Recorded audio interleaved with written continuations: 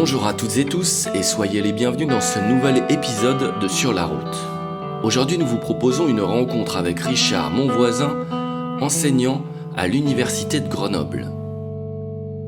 Richard Monvoisin, ça c'est mon nom, et je suis enseignant à l'Université de Grenoble. Je fais des cours assez particuliers qui s'appellent des cours de zététique ou de pensée critique. Voilà, ça c'est mon job, c'est mon métier. Aujourd'hui, nous parlerons de paranormal, de pseudosciences, de zététique donc, d'autodéfense intellectuelle à la sauce Normand Baillargeon, de scénarios complotistes, de science, de croyances et plus précisément de démarches scientifiques. Et comme pour chaque épisode, d'alternatives. Un entretien enregistré à Grenoble après son cours magistral en février 2017. La zététique, vieux mot grec exhumé des âges farouches, qui signifie chercher, examiner, percer la raison des choses. Le mot était presque ésotérique, il a survécu au travers des siècles. Mais en fait, il est revenu au goût du jour vraiment dans les années 80, quand il s'est agi de définir la méthode scientifique d'investigation des phénomènes dits étranges, paranormaux, surnaturels, controversés, etc. Et puis en fait, par extension, l'analyse de ce qu'on peut appeler les pseudosciences, ou en tout cas des sciences qui n'ont pas fait les démonstrations qu'ils prétendent remplir, et puis par extension les thérapies qui prétendent des choses qui n'ont pas toujours le niveau de preuve qu'ils prétendent avoir, et puis par extension en fait tous les systèmes de propagande, de bourrage de crâne, de rhétorique fallacieuse, de politique mensongère, de critique des médias. Tu vois. En gros, ça recouvre une sorte d'élaboration d'autodéfense intellectuelle, comme pourraient le dire des mecs comme Normand Baillargeon, qui écrivent pas mal sur le sujet. Est-ce que tu peux donner quelques exemples précis de choses qui se disent scientifiques, mais que vous avez pu, par votre méthode, briser ? Le but, c'est pas vraiment de briser, c'est de savoir, en fait. Il y a beaucoup de gens qui prétendent des choses, et puis derrière, il n'y a pas du tout le niveau de preuve nécessaire pour que tu aies envie d'y aller, quoi, que tu aies envie de le faire. Alors, tu vois, si c'est pour faire de la radiesthésie, chercher des objets disparus, ça n'a pas trop à conséquence, même si tu t'enfonces là-dedans et que tu trouves que ça marche pas trop, tu vois. Mais si par contre, c'est pour des thérapies contre le cancer, et que, tu vois, t'as pas le temps de te gourer 3 fois quand tu fais le choix des thérapies, et vu que l'offre, il y a des milliers de thérapies bizarres qui naissent tous les jours, et qui prétendent guérir à tous les cancers de tout type, tu vois, que ce soit par des jus de légumes ou par des passes magnétiques, bah, si tu veux faire un choix éclairé, vers quoi tu pars ? Est-ce que ça fonctionne vraiment, tu vois ? Est-ce que ça fonctionne au-delà de la croyance ? Donc ça, c'est le genre de sujet qu'on aime bien bosser, c'est les thérapies qui prétendent des choses. Je peux te donner un exemple. Il y a une cure de base de jus de légumes qui a été lancée par un naturopathe qui s'appelait Rudolf Breus en Autriche. Le mec est mort en 1991, il me semble. Alors il pose ça, et sans preuve. Hein, il dit, je me suis tapé les livres, j'ai tout regardé, j'ai tout lu, tout ce qui s'est fait sur ce gars, ce qu'il a écrit et tout. Alors il dit, moi je pense que le cancer, c'est quelque chose qu'on peut guérir par les jus, parce que en fait le cancer se nourrit d'aliments solides. Alors si on fait que nourrir la personne malade d'aliments liquides, alors le cancer meurt de faim, tu vois. En fait, ce qu'il n'a pas mesuré, c'est que le régime auquel il astreint les patients, il est tellement radical qu'il y en a, ils meurent de faim eux-mêmes avant de mourir du cancer. Et la cure s'appelle la cure Breus, et il propose 42 jours de cure. Tu te dis, ça a l'air scientifique, parce que un cancer de tel type, mets une pomme de terre, tu vois. Et puis en fait, tu regardes comment il a construit ça, puis le gars, c'est par intuition, tu vois. Tu te dis, est-ce que je fais vraiment confiance pour moi ou pour un de mes proches atteint d'un cancer comme ça, pour partir dans une cure de 42 jours qui va gravement affaiblir la personne, si derrière je suis même pas assuré qu'il y ait une quelconque vraisemblance à ce qu'il raconte, tu vois. C'est presque comme aller à Lourdes, tu vois, quand tu fais ça, quoi. Donc tu peux pas partir tête baissée là-dessus. Les pseudothérapies, c'est vraiment le truc qui est le plus choquant, je pense. Concernant la santé, notamment le cancer, qui est une maladie qui fait toujours peur, 900 000 Français sont atteints de cette maladie. On se rend compte que des gourous proposent toutes sortes de méthodes alternatives totalement inefficaces et charlatanesques. Je citais l'exemple de l'urinothérapie, où on propose d'absorber ses propres urines, ou de consommer du jus de citron ou du jus de légumes pendant 42 jours. On sait à la mi-minute, parce qu'on reçoit des plaintes, des signalements, que des femmes sont mortes d'un cancer du sein qui aurait pu être traité, par exemple. C'est une véritable perte de chance. Nous avons des chiffres inquiétants, puisque 40% environ des Français ont recours à ces méthodes alternatives, et que 60% des malades du cancer aussi sont tentés par ces recours.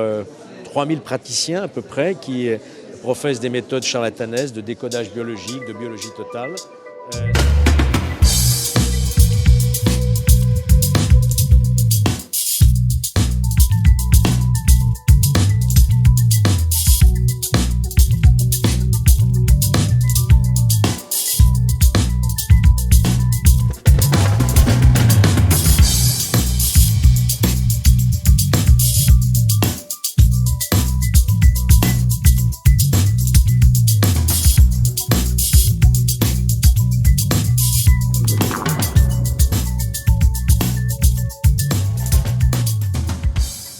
faut être clair là-dessus, les complots, ça existe. Il y a des complots. Tu vois, les complots, si on prend la définition large, c'est les psychos, ils disent c'est groupe social réduit, tu vois, genre une dizaine de personnes qui, dans l'ombre, ourdissent une volonté de subvertir un ordre établi.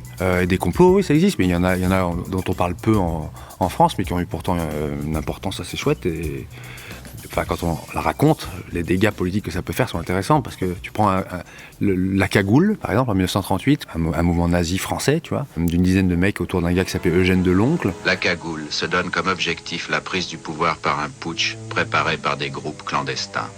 À la différence des bandes fascisantes, la cagoule est un monde de col blanc, d'ingénieurs, de cadres de l'industrie. En septembre 1936, Deloncle et Duseigneur vont rendre visite au maréchal Franchet d'Épéret, en Bretagne. Ils peuvent compter sur l'appui du héros de la guerre des Balkans. Son aversion pour le gouvernement de Front Populaire n'est un secret pour personne. Il va user de son influence pour convaincre les industriels de financer le mouvement de Deloncle, qui jouit lui aussi d'une certaine notoriété dans les milieux d'affaires. Renault, les produits Jeeps, les ciments Lafarge, les apéritifs Beer, Cointreau, Saint-Gobain et les peintures Ripollin participent ainsi au financement de la cagoule. Certains, parmi les nombreux souscripteurs, ignorent qu'ils vont soutenir une organisation terroriste. D'autres, comme les huiles Le Sieur ou Michelin, en ont parfaitement conscience. Michelin surtout, exemple type de cette bourgeoisie traditionnaliste, particulièrement inquiète face au Front Populaire. Mieux, la branche auvergnate de la cagoule sera exclusivement constituée d'ingénieurs travaillant chez Michelin. C'est aussi pour ça qu'après, tu sais, dans l'histoire, on n'en parle plus trop, parce que ça arrange plus grand monde d'en parler, tu vois, de ce vieux souvenir d'un quasi-putsch qui a failli marcher, tu vois. Donc des complots, ça existe, tu vois. Il y a eu des complots, il y en aura probablement encore, mais la prolifération des complots là dans les analyses de beaucoup de gens qui autour d'une bière, tu sais, dissertent de ça, ça laisse assez perplexe que moi, tu peux me convaincre d'un complot si tu m'amènes des éléments de preuve et tu vas me convaincre. Quand tu poses la question à des gens qui défendent une théorie du complot, tu leur dis est-ce qu'il y a quelque chose qui pourrait faire que tu arrêterais d'y croire? Généralement la réponse est non. Tu dis donc il n'y a aucun élément qui te permettrait d'arrêter d'y croire. Et le gars, la nana, elle te dit bah non, j'en suis sûr. T'sais. En fait, s'il n'y a plus moyen de réfuter ça veut dire qu'en fait la personne elle est dans un truc où c'est une croyance, tu vois, c'est une foi. C'est plus une démonstration qui l'amène à ça, c'est une foi, tu vois.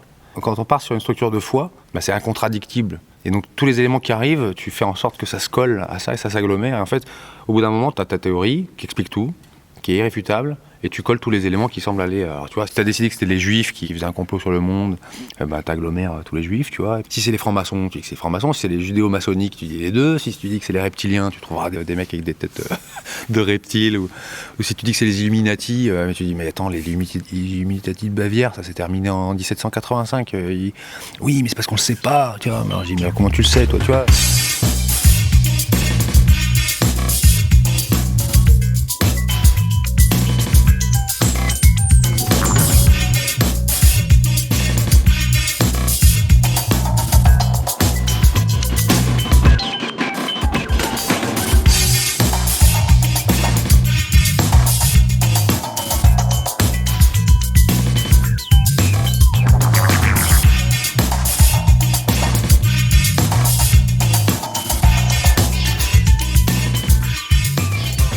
Et après, il y a une autre méthode qu'ils utilisent souvent, les théoriciens du complot. Enfin, les théoriciens du complot. Les gens qui adhèrent à ça, quoi. Ils vont t'emmener sur des micro-détails à chaque fois, tu vois. Prends le 11 septembre 2001, par exemple.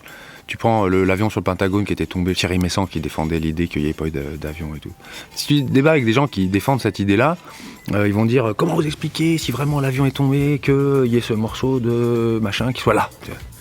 Et toi, tu vas passer des heures et des heures et des heures à retracer le pourquoi le petit merdier il est là, tu vois. Puis à la fin, tu dis, en fait, il est là, mais ça s'explique autrement que par ton truc, parce que là...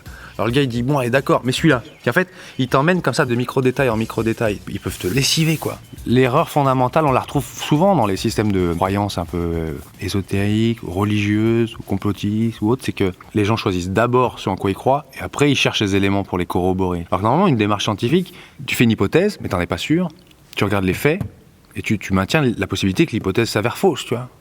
Mais si tu l'as construite de façon à ce qu'elle soit toujours vraie, genre, les tours, elles pouvaient pas tomber comme ça. Ah bon, mais pourtant, il y a des ingénieurs qui disent qu'elles pouvaient. Ah oui, mais ceux-là, la CIA les paye pour qu'ils disent pas ça. Ah bon, mais il y a pourtant des gens, des ennemis même des États-Unis, tu vois, qui disent ça, tu vois. Oui, mais c'est probablement le KGB qui... Et en fait, c'est sans fin, tu vois. En fait, ils annihilent toute possibilité de réfutation de leur truc, quoi. Un peu comme des créationnistes peuvent le faire sur les questions de théorie de l'évolution. C'est vraiment des structures qui sont assez proches, quoi. C'est des îlots de croyances, en fait, plus que des théories. D'ailleurs, on parle plus trop de théorie, on parle de scénario complotiste. C'est un scénario qui est clos, il est écrit, tu l'aimes, puis tu le gardes, quoi. Tout le monde s'improvise un peu, mais peut-être que je le fais aussi, hein, tu vois, s'improvise, spécialiste de tout, tu vois. On a tous un avis sur tout. Et vas-y, Barack Obama, il est comme ça. La Syrie, de toute façon, je sais pas quoi. Et tout le monde a un avis, tu vois. Mais qui c'est qui a une expertise vraiment? Qui c'est qui a creusé le sujet, tu vois? Il n'y a pas grand monde qui creuse le sujet. Déjà, si on veut vraiment défendre une thèse alternative sur le plan politique, audacieuse comme sur le 11 septembre, que ce soit pour dire que c'est vrai ou que c'est faux ou que c'était un peu mensonger, mais pour permettre d'aller toutes les variantes possibles, il faut quand même s'être un peu documenté, tu vois. La plupart des gens qui m'en parlent, ils sont pas documentés, tu vois. Ils connaissent les détails des bouts de ferraille tombés, mais le contexte de politique globale des États-Unis, ils le connaissent pas. S'ils le connaissaient un petit peu, ils verraient rapidement que pour aller en guerre, c'est pas très dur pour les États-Unis. Un bon plan de relations publiques, une quinzaine de millions de dollars, et t'organises des faux témoignages, et de l'affaire Naïra avec cette fausse infirmière qui témoignait des couveuses koweïtiennes, ou bien les armes de destruction massive, les faux rapports tout pourris, l'anthrax, les machins à la Colin Powell. Là.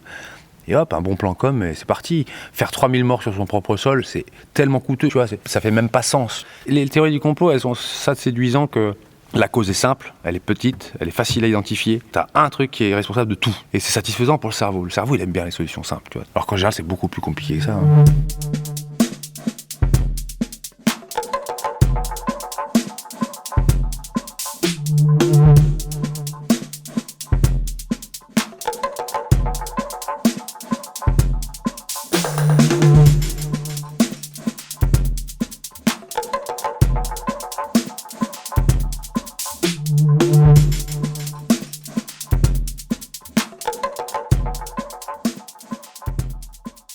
Et est-ce que, du coup, on évolue dans un environnement médiatique? Maintenant, il y a Internet, les trucs sont relayés à fond dans tous les sens. Tu vois, quand tu regardes le journal de TF1, comment on peut se prémunir de pour faire très court, de ce bourrage de crâne, quoi.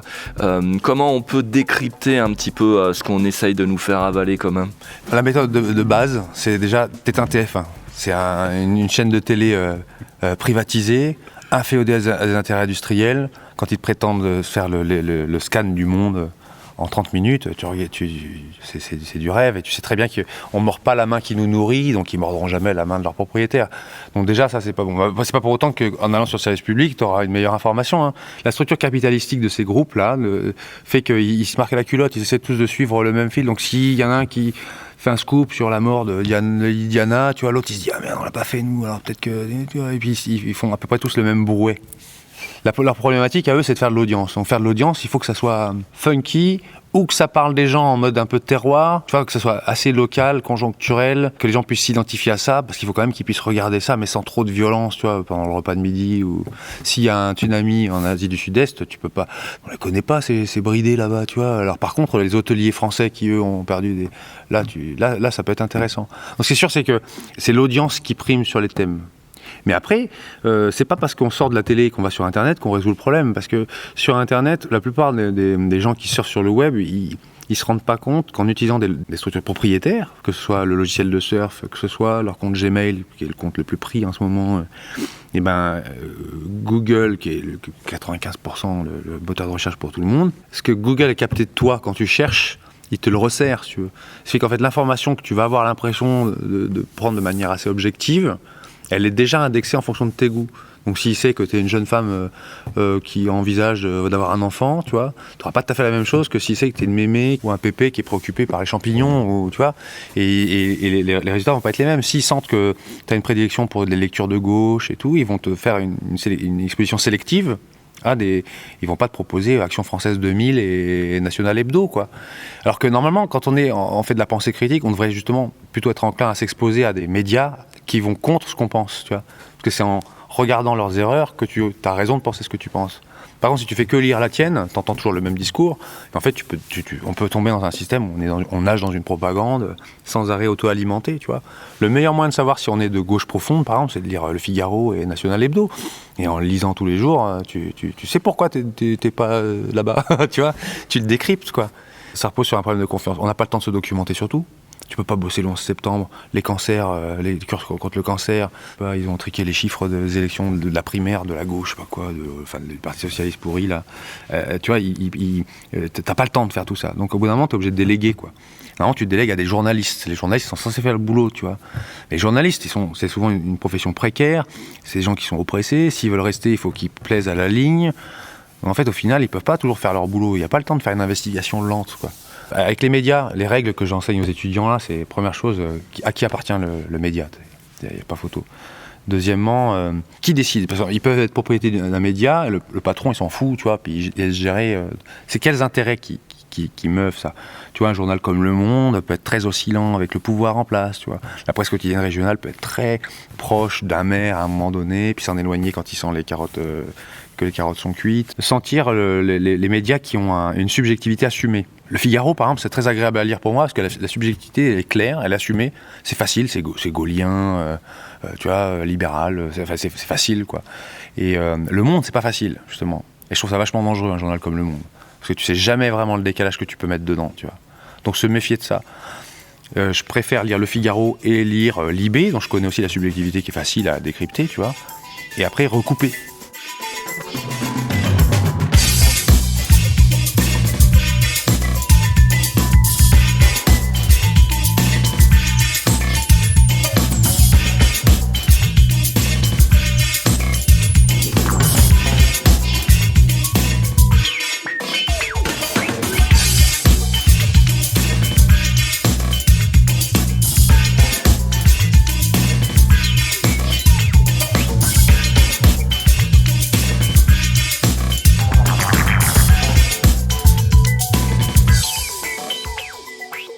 Ça va être radical ce que je vais dire, mais j'essaie de le faire pour moi et je trouve que c'est très dur. C'est d'essayer de fermer ma gueule quand j'ai pas assez travaillé un sujet et de faire le deuil de certains sujets. Je sais que, je sais pas moi, l'économie de la Chine, déjà je lis même pas le mandarin, donc je risque même pas d'aller lire leurs discours. Donc tout ce que je sais, c'est des gens qui font critiquer les Chinois sans même les nommer, comme si c'était une masse. Tu vois, on fait un flanc sur le nouveau président aux États-Unis, puis le président chinois, personne n'est capable de donner son nom, tu sais.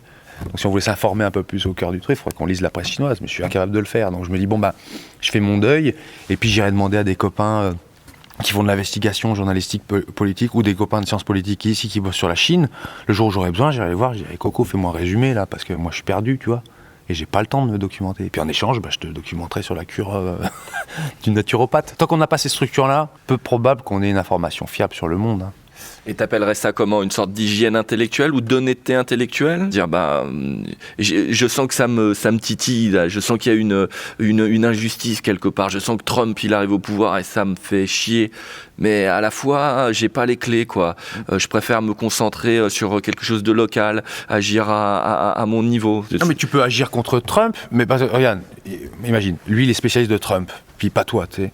Et lui il dit, Trump, vraiment c'est tout pourri, tu devrais vraiment te révolter. T'as pas besoin d'être spécialiste de Trump pour te révolter. On n'a pas besoin d'être spécialiste de toute l'économie d'un État pour aller voter à une présidentielle, tu vois. Donc tu peux très bien t'offusquer d'un machin sans être spécialiste de ça, si t'as confiance à la personne qui t'a donné l'info, tu vois. Et normalement le journaliste il est censé faire ce job. Mais il est tellement pressuré par un système économique où vraiment ils sont souffrants les journalistes. Je trouve vraiment c'est une profession qui est oppressée, quoi. On leur laisse à peine le temps de faire autre chose que de découper des dépêches de l'agence France Presse, quoi. Hygiène mentale, ça serait, même si t'as pas le temps ni la culture pour lire de la presse lente et compliquée, finance-la au moins, tu vois, si t'as les ronds. Et si toi tu sais pas la lire, offre-la à quelqu'un qui te la décryptera, tu vois. Enfin, je trouve que c'est pas un problème d'hygiène mentale, c'est pas de la faute de celui qui est tout en bas du déversement de l'information, ça, tu vois, c'est pas ça. L'autodéfense intellectuelle, ça serait, tu vois, comment quand on est en train de me faire un biais de raisonnement, je peux détecter le biais de raisonnement. Donc je sais pas, t'as Montebourg, il te parle, il te fait une technique de l'épouvantail, par exemple, tu poses une question et puis en fait il détourne ta question pour en poser une autre et puis il défonce l'autre question. Puis, en fait il a pas répondu à la tienne. Je dis Montebourg, mais ça pourrait être, je sais pas, Fillon, tu vois, on s'en fout. Ça c'est de l'hygiène mentale, ça veut dire que n'importe qui, avec même un petit cerveau, pas habitué à réfléchir trop, s'il met des noms sur des biais de raisonnement, il dit « Ah, ça, tu sais quoi, j'ai même oublié le nom, je sais plus que c'est l'épouvantail, je m'en fous, mais là, je sais comment tourloupe. » Et donc là, mon gars, tu sais, moi, je te suis pas et je quitte cette salle, parce que tu te payes ma fiole, quoi. Ça, c'est de l'autodéfense intellectuelle, et ça, je trouve qu'il faut le cultiver, et c'est pas très très compliqué, tu vois. On me donne un chiffre, mais d'où il vient? Qui l'a donné? On me donne cette information, mais comment on l'a découpé? Tiens, on m'a mis des mots dessus, mais c'est des mots qui font frémir, tu vois. Je sais pas, on montre le corps d'un dictateur qui, je sais pas quoi, et puis on me dit le cadavre, tu vois. On sait déjà que, tu vois, le journal, il est pas ami avec le bonhomme. Tu dirais pas le cadavre de Mitterrand ou le cadavre de Jacques Chirac, tu vois. Une connotation en plus des mots, et si t'arrives à décrypter ça, tu vois, t'es déjà un peu plus libre, quoi. Mais ça résoudra pas le problème que de toute façon, tu pourras jamais être expert de tout, donc il faudra de toute façon faire confiance à d'autres gens. Donc il y a deux niveaux, je trouve. Tu as le niveau personnel, tu peux te cultiver à la critique, pour pas faire des critiques gratuites ou unilatérales, genre tous pourris, de toute façon ils sont tous pourris. C'est trop simple, tu sais. Ou de toute façon tout est la faute des capitalistes. Ouais, mais en fait, c'est pas si simple que ça, parce que dans tes comportements, dans mes comportements à moi, il y a des choses qui cautionnent ça. Je veux dire, on râle que... Je sais pas, que Areva au Niger fasse des trucs, mais n'empêche que je consomme de l'électricité. Bon, pour le coup, j'en consomme pas, mais de l'électricité nucléaire. Mais je pourrais, tu vois. Puis ici, s'allumer dans cet amphi, tu vois. Puis c'est certainement de l'énergie comme ça, j'en profite, tu vois. Au fond, c'est un peu. C'est délégitimer ma part à moi que de reporter ça sur, tu vois, loin, quoi. Ça vous paraît clair ce que je vous raconte là? Ouais, c'est vrai, ça vous paraît clair. Mon rêve, c'est d'enseigner à une génération, de filer à une génération de gens, l'envie d'enseigner à une autre génération de gens pour qu'enfin, il y ait une masse critique de personnes qui soient capables de dire, là, ta statistique, elle est merdique. Je sais pas pourquoi, mais elle est merdique, je vois qu'elle est merdique. Là, tes mots que tu as choisis, ils sont orientés. Et c'est moche, tu es en train de me manufacturer mon consentement là, j'ai pas envie. Là, tu m'as fait un biais de raisonnement, c'est une pente savonneuse toute pourrave.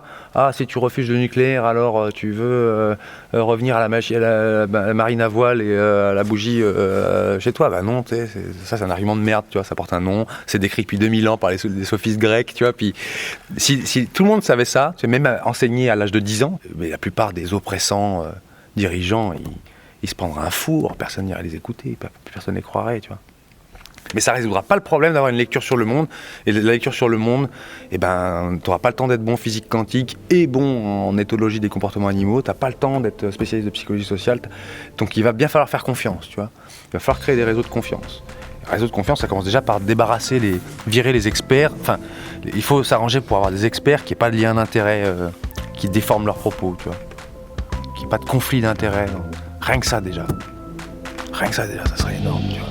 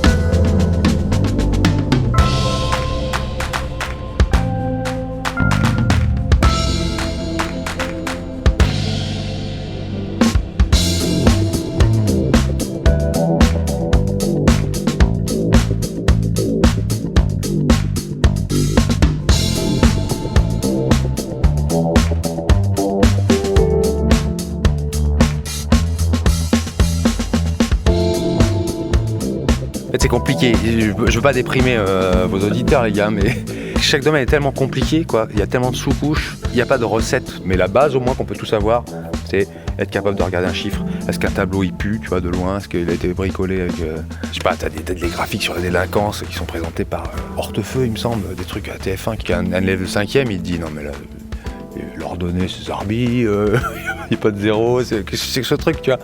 Et puis non, on est là, on le laisse, et puis personne ne jette des tomates, tu vois. On est tellement habitué à ces grands-messes là.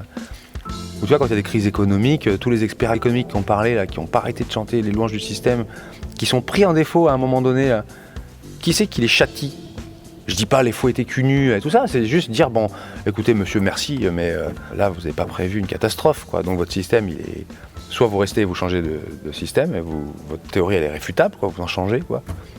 Soit vous en allez, parce que vous êtes incompétent, quoi. Et pourtant, t'as la crise qui est passée, puis c'est toujours les mêmes. Le système, il permet pas ce nettoyage. Moi, mon vœu, je sais pas si j'ai raison, c'est que plus il y aura de jeunes de 15-20 ans capables de faire des bases de critique communes sur ça, et moins ils pourront faire les marioles, tous ces gens. Bonjour à toutes et tous et soyez les bienvenus dans ce nouvel épisode de Sur la route. Épisode faisant suite au précédent puisque nous retrouvons Richard Monvoisin, enseignant la pensée critique à l'Université de Grenoble.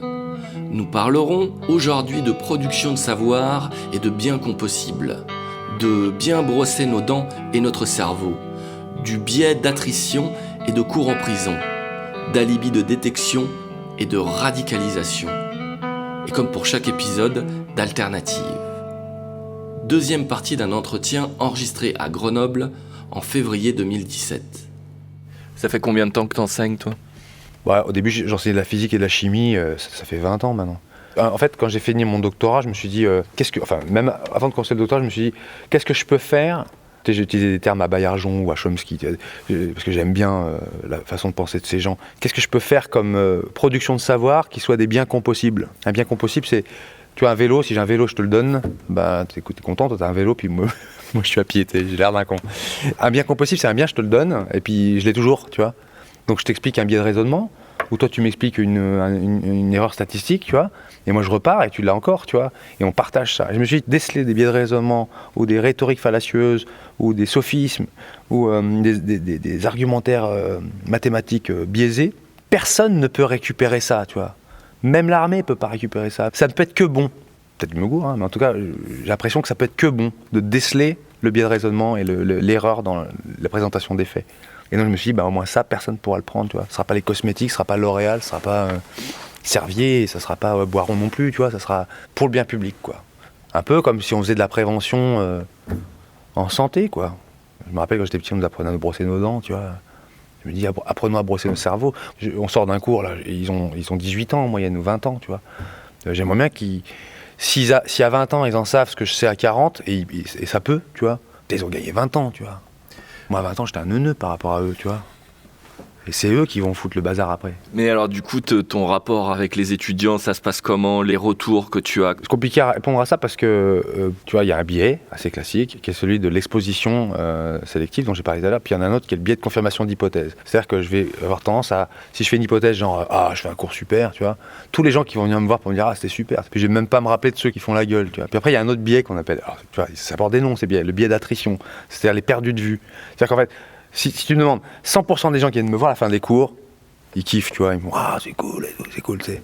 Mais ça se trouve, ils sont 20, et là ils étaient 400, et 380, ils sont partis furax, ils détestent, tu vois, j'en sais rien en fait. Donc je peux pas te dire s'ils sont contents ou pas. Bon, j'ai un rapport assez égalitaire avec eux, je suis disponible. Je sais que quand je leur balance des gros décortiquages de théories sur lesquels ils croyaient depuis longtemps, je reste après, je les laisse pas complètement désemparés, tu vois. Et puis je leur montre comment ça s'incarne sur des sujets qui sont à eux, et ils bossent sur des sujets.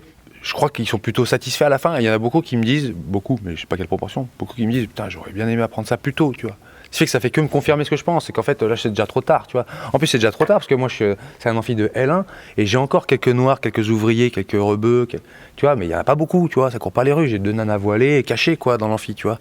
Ils sont où, tous les autres ? Ils ont disparu en 3e, parce qu'orientés. Donc c'est avant ça qu'il faudrait y aller, tu vois. Alors à un moment, on s'est dit, je vous parle franco, les mecs, je vous le dis tout. On s'est dit, bon, on est là, on est déjà, c'est pas une élite, mais on est déjà il y a déjà eu un tri social qui s'est fait, tu vois. Il faudrait qu'on retourne au lycée, au collège. Alors on s'est dit, on va aller au lycée, au collège. Puis tu regardes le lycée et le collège, mais c'est tellement coercitif comme système, c'est complètement fixé, tout est fixé à la colle, tu sais, par les programmes, par l'efficacité, par le diplôme à la fin. Donc il y a très peu d'interstices. La fac, tu peux encore le faire, mais à l'école, tu peux pas trop. Après, on s'est dit, on a qu'à aller passer de l'autre côté du spectre, et vu qu'on sait que la prison récupère les pauvres, c'est pas les délinquants qui récupèrent, c'est souvent les pauvres qui se retrouvent à faire des trucs répréhensibles par la loi, parce qu'ils sont pauvres, tu vois. Et donc, on va faire des cours en prison, puis on a monté des cours en prison. On est en train de réfléchir en ce moment à arrêter nos cours en prison.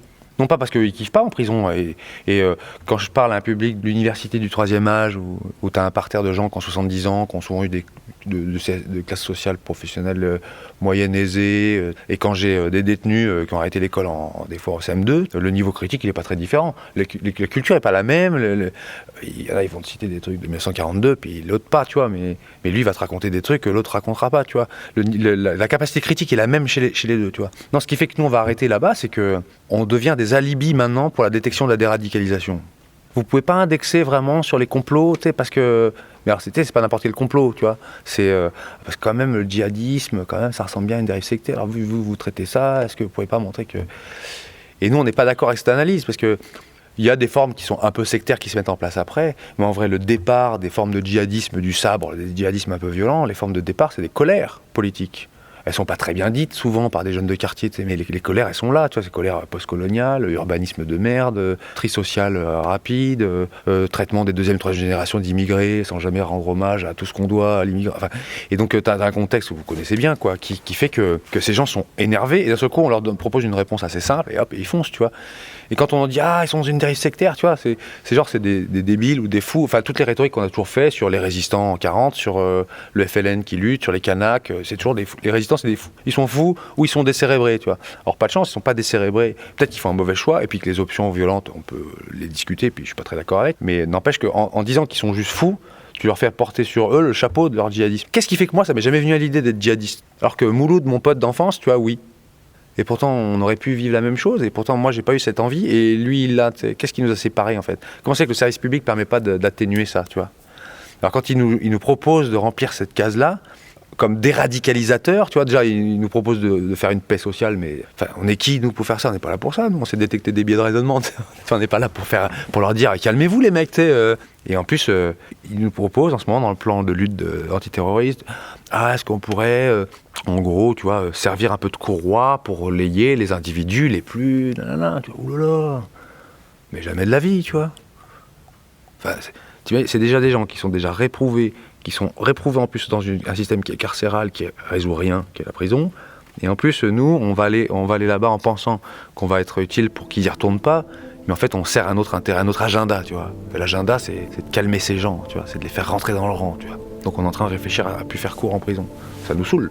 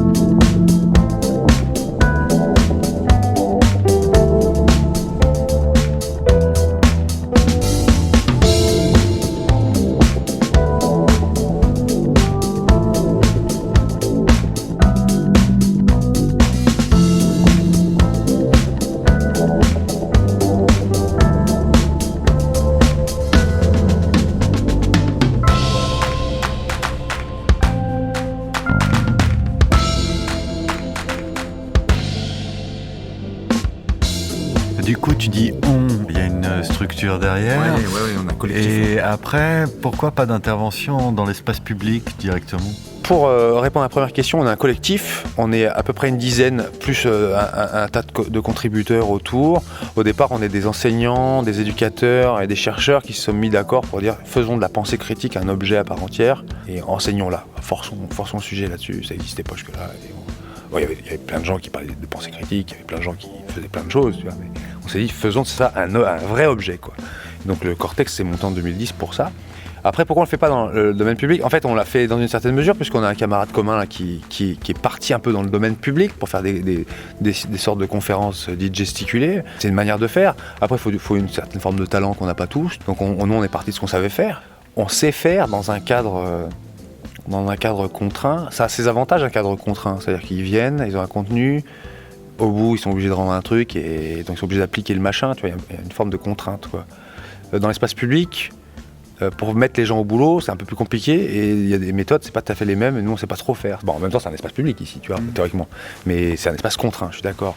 Dans la rue, ça me tente des fois, tu vois, mais moi j'ai pas de talent pour ça, donc je prendrais bien une chaise, je me mettrais debout, puis j'éructe, je dirais voilà la technique de ne vous faites pas avoir par cette rhétorique, mais un peu genre en mode Diogène, dans la rue, quoi.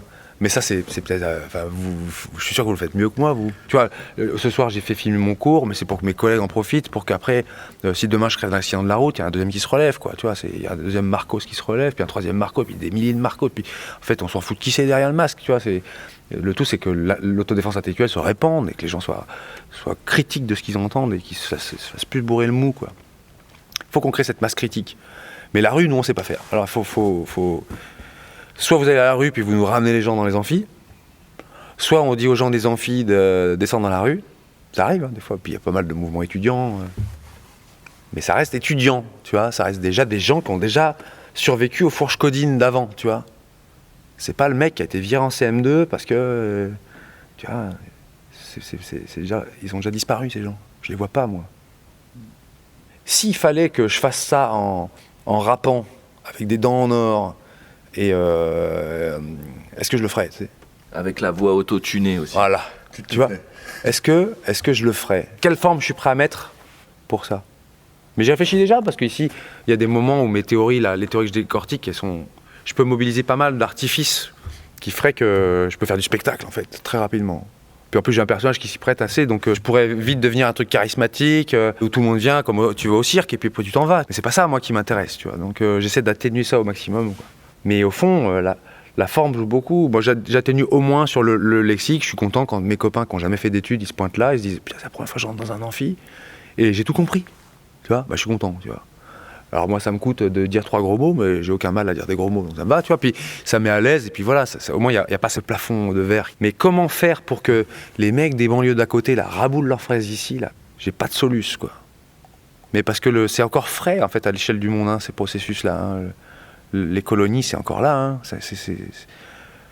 On a beau dire, mais tu regardes les droits sociaux à Mayotte, les droits sociaux à... Tant qu'il y aura encore ça, il y aura plusieurs pays en un, tu vois, il y a des îlots qui s'interpénétrera pas beaucoup, quoi. Ça va se faire à la longue. Ces processus lents, ça casse l'imaginaire révolutionnaire, c'est plus enthousiasmant, hein, imaginer un grand soir, tu sais. Je crois pas trop au grand soir, il est toujours violent, ça foire tout le temps, c'est des benets qui prennent le pouvoir après. Ça foire tout le temps, tu sais, le matin, t'as la gueule de bois, tu sais. Alors c'est lent, et je verrai pas le bout, et vous non plus, et on sera mort avant, mais ça se trouve, tu sais, t'as les prochains dirigeants qui un jour démissionneront pour faire un truc collectif, à la tête d'un État supranational, ils sont peut-être là, tu sais, ils ont 17 ans, là, et, tu vois, à peine pubères, tout contents, tu vois. C'est eux qu'il faut, puis, ou c'est leurs enfants, tu sais, peut-être. Je tombe dans les banalités de comptoir, tu sais, ça y est. Allez. Même pas ta bière, quoi. Mais y a même pas, putain, on n'a même pas de bière, il y a même pas de bière, c'est la déprime, j'ai une pauvre fiole de flotte, et de biscuits pourris.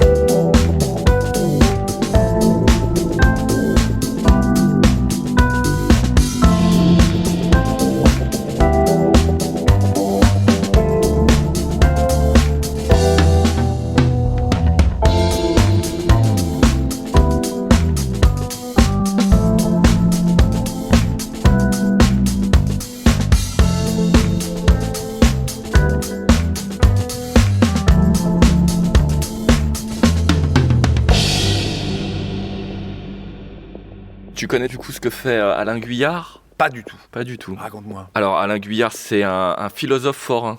Ça m'interpelle parce que... J'ai pas honte de dire que je sais pas. Hein. Putain, il y a un truc que je connais que tu connais pas.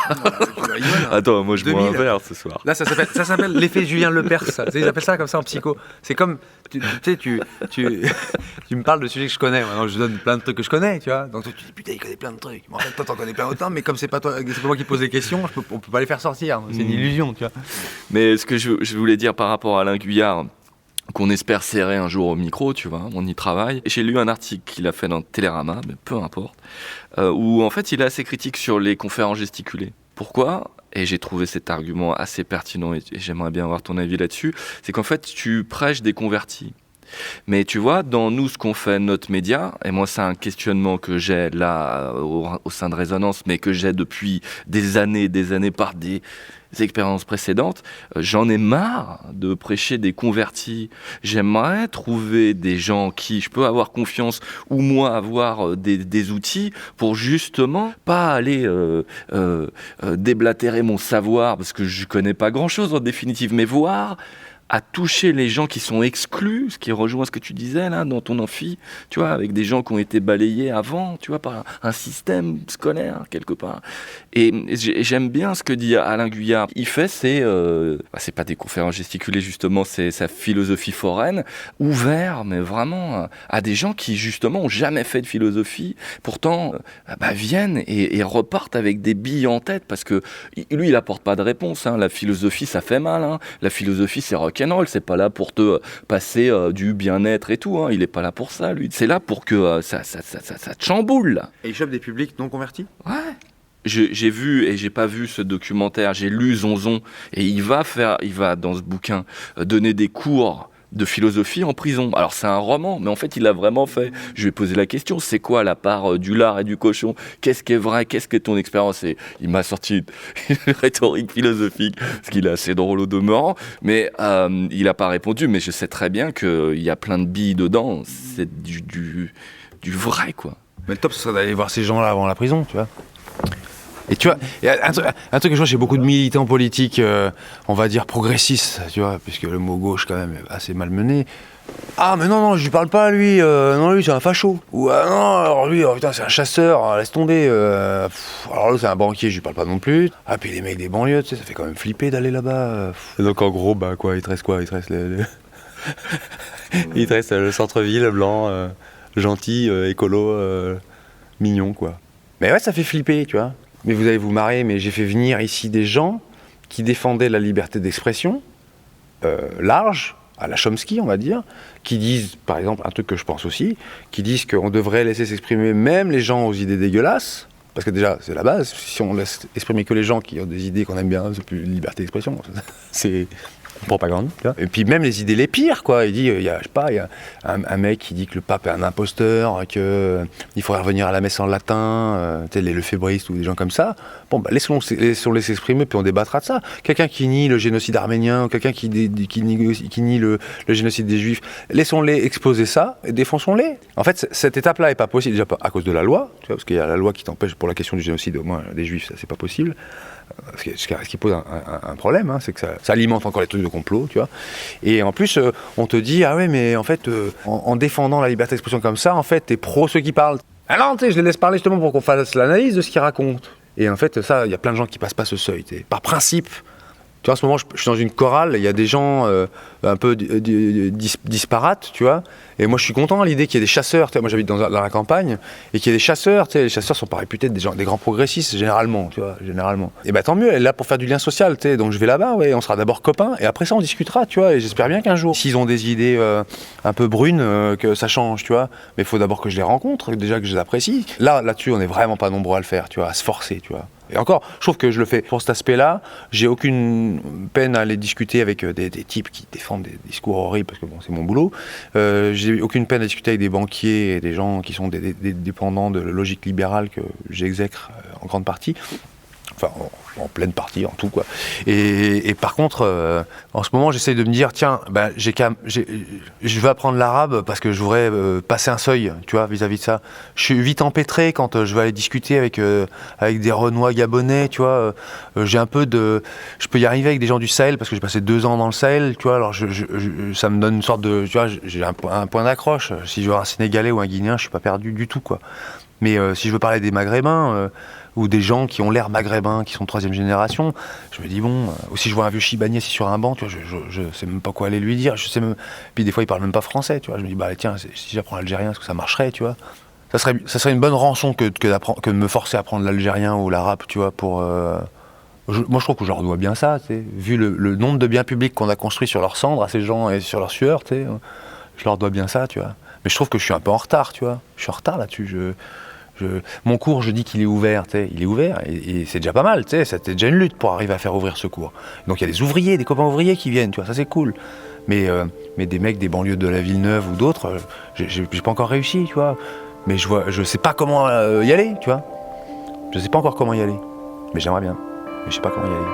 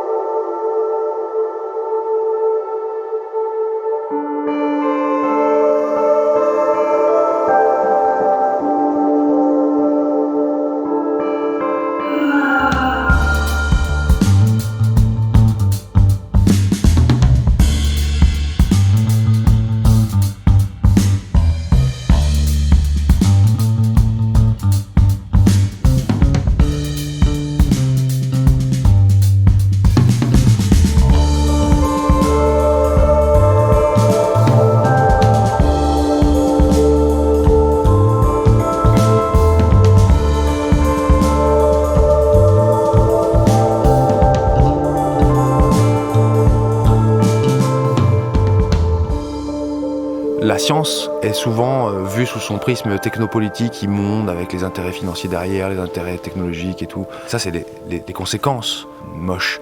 Mais la science comme démarche, regarder le monde tel qu'il est. Enfin, moi, mon rêve, c'est de transformer ce monde. Pour le transformer, il faut savoir comment il est, quoi. Et donc, le regarder de manière scientifique, de manière analytique, quoi. Pas se mettre des œillères, quoi. Pas se mettre des mysticismes qui embrument tout. Regardons le monde froidement, lucidement, et transformons-le, quoi. Je pense que le regard scientifique est nécessaire. Et je mets pas dans le mot science la technopolitique, quoi. Ça m'intéresse pas, moi. Ce qui m'intéresse, c'est vraiment la démarche, tu vois. Si je me dis, tiens, je veux changer tel truc que je trouve déplaisant, eh ben, je regarde qu'est-ce qui me sépare de la situation que j'aimerais bien par rapport à maintenant. J'essaie de faire des degrés, j'essaie de voir combien de force il me faut, combien d'énergie il me faut, combien de pognon il me faut, quel réseau il me faut. Je construis une stratégie objectivable, tu vois, un truc pour que ça marche, quoi. Il faut que ça marche, tu vois. Je dirais, si on pouvait se réapproprier cette démarche réaliste, tu vois, pas se bercer d'illusions, même dans les mouvements progressistes, je vois des formes d'évangile comme ça. Tu vois, pour donner un exemple, le vote, tu vois, un truc où scientifiquement parlant, j'ai changé d'avis. Alors, en tant que bon libertaire, mode de Baillargeon, qui est un camarade, hein, le vote, c'est pas trop notre crèmerie au départ, quand tu vois, tu dis, bon, voter pour déléguer, nanana. En fait, non, ça dépend de quoi on parle, en fait. Si c'est voter pour, là, entre nous, se donner un mandat pour 2 heures pour aller faire un machin, c'est très bien, tu vois, ça dépend du scrutin, en fait. Ça dépend s'il est égalitaire, pas égalitaire, c'est pour quel mandat, est-ce que tu peux être démis de ton mandat et tout. Après, tu dis, bon, est-ce que je suis capable d'accéder à des scrutins un peu plus moches, mais pour lesquels il y a des conséquences directes chez les gens?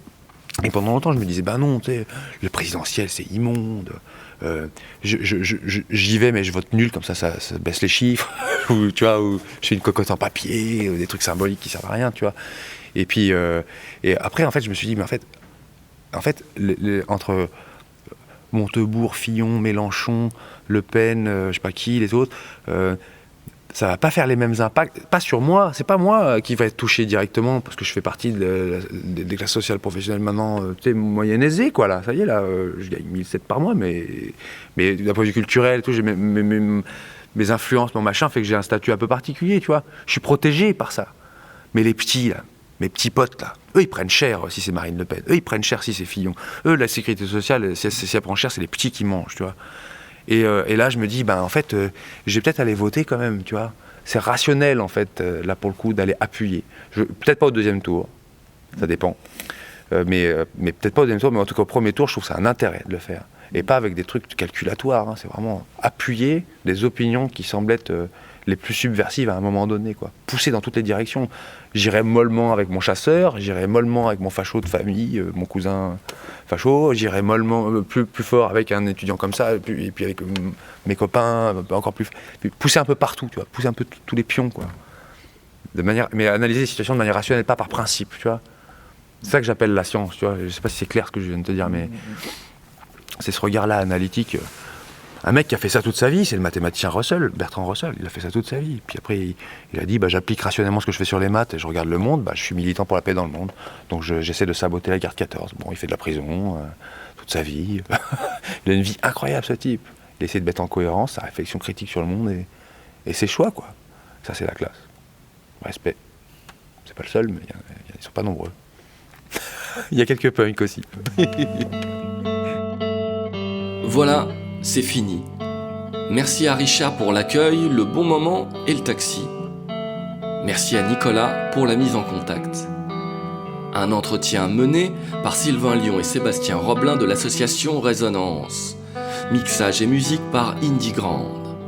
Si vous voulez en savoir plus sur Richard mon voisin, nous vous conseillons d'aller visiter le site cortex.org. Cortex, C-O-R-T-E-C-S. Retrouvez le podcast de cette émission ainsi que tous les portraits précédents en vous rendant sur le mixcloud.com/sur la route.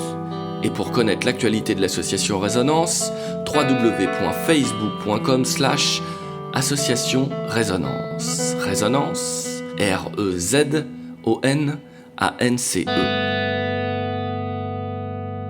Sur la route, une série de portraits radiophoniques.